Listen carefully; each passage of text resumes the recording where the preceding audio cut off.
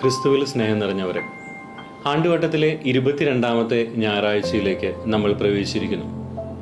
ഈ ദിനത്തിൻ്റെ എല്ലാ മംഗളങ്ങളും പ്രാർത്ഥനകളും സ്നേഹത്തോടുകൂടെ എല്ലാവർക്കും നേരുകയാണ്.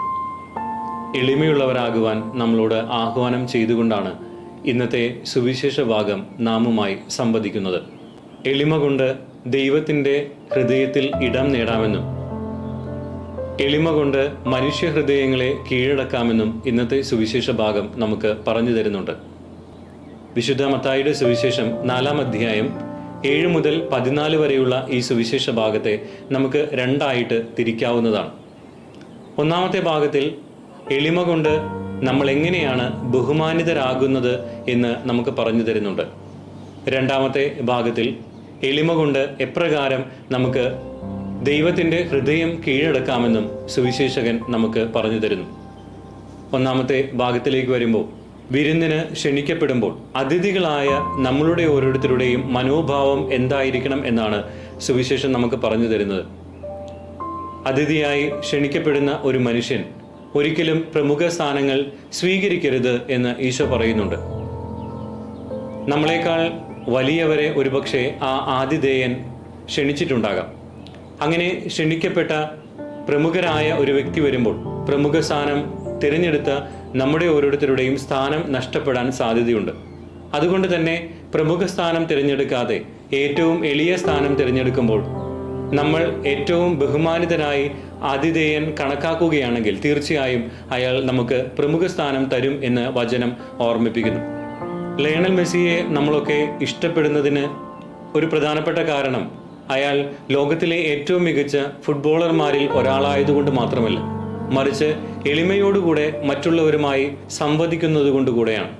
തൻ്റെ ജീവിതത്തിൽ വരുന്ന നേട്ടങ്ങളെയൊക്കെ എളിമയോടുകൂടെ മറ്റുള്ളവരുമായി പങ്കുവയ്ക്കുവാൻ അദ്ദേഹം കാണിക്കുന്ന മനോഭാവം, തൻ്റെ ജീവിതത്തിൽ അദ്ദേഹം പുലർത്തുന്ന ലാളിത്യത്തിൻ്റെയും എളിമയുടെയും മനോഭാവമാണ് കൂടുതൽ ആളുകളെ മെസ്സിയോട് അടുപ്പിക്കുന്നത്. ഈ ഒരു മനോഭാവം നമ്മൾ ഓരോരുത്തരും സ്വായത്തമാക്കണം എന്ന് ഇന്നത്തെ വചനം നമ്മളെ ഓരോരുത്തരെയും ഓർമ്മിപ്പിക്കുന്നുണ്ട്. ക്രിസ്തു നമ്മളോട് പറയുന്നുണ്ട്, എളിമയോടുകൂടെ മറ്റുള്ളവരുടെ ജീവിതങ്ങളിലേക്ക് കടന്നു പോവുക. നീ എത്ര ബഹുമാനിതനാണോ അത്ര കണ്ട് എളിമയുള്ളവനാകണം എന്ന് ഒന്നാമത്തെ വായനയിൽ പ്രഭാഷകന്റെ പുസ്തകത്തിൽ നമ്മൾ വായിച്ചു കേൾക്കുന്നുണ്ട്.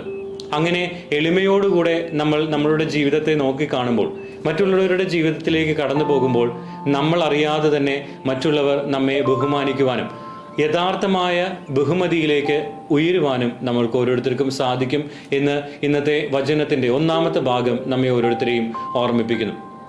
രണ്ടാമത്തെ ഭാഗത്തിലേക്ക് കടന്നു വരുമ്പോൾ എളിമയുള്ള വ്യക്തികൾ എങ്ങനെയാണ് ദൈവത്തിൻ്റെ ഹൃദയം കീഴടക്കുന്നത് എന്ന് നമുക്ക് മനസ്സിലാക്കി തരുന്നുണ്ട്. രണ്ടാമത്തെ ഭാഗത്ത് ഒരു ആതിഥേയനുണ്ടാകേണ്ട മനോഭാവം എന്തായിരിക്കണം എന്ന് വചനം നമുക്ക് പറഞ്ഞു തരുന്നു. ഒരു ആതിഥേയൻ തന്നെ പോലെ തന്നെ ബഹുമാനിതരായ ഉയർന്ന വ്യക്തികളെ മാത്രമല്ല വിരുന്നിന് ക്ഷണിക്കേണ്ടത്, മറിച്ച് എളിയവരെ കൂടെ തൻ്റെ ജീവിതത്തിലേക്ക് സ്വീകരിക്കാൻ തയ്യാറാകണം എന്ന് സുവിശേഷം നമുക്ക് പറഞ്ഞു തരുന്നുണ്ട്.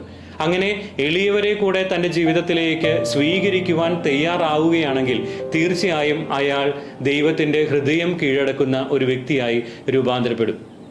നമുക്കെല്ലാവർക്കും സുപരിചിതനായ നമ്മുടെ രാഷ്ട്രത്തിൻ്റെ പ്രസിഡന്റാണ് ഡോക്ടർ APJ അബ്ദുൽ കലാം.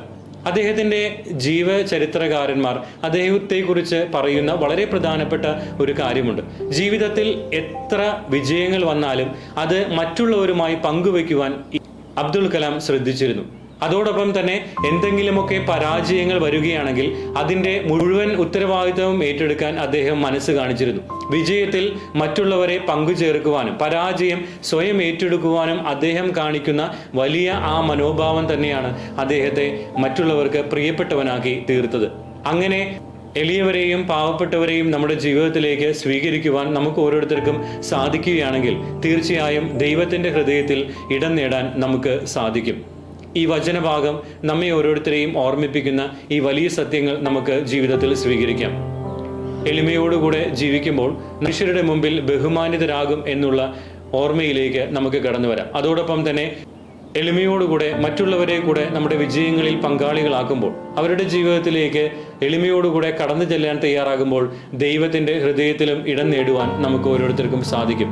ഈ വചനം നമ്മെ ഓർമ്മിപ്പിക്കുന്ന ഈ വലിയ സത്യം അനുകരിച്ചുകൊണ്ട് ജീവിക്കുവാൻ സർവേശ്വരൻ നമ്മെ എല്ലാവരെയും സമൃദ്ധമായി അനുഗ്രഹിക്കട്ടെ. പിതാവിൻ്റെയും പുത്രൻ്റെയും പരിശുദ്ധാത്മാവിൻ്റെയും നാമത്തിൽ ആമേൻ.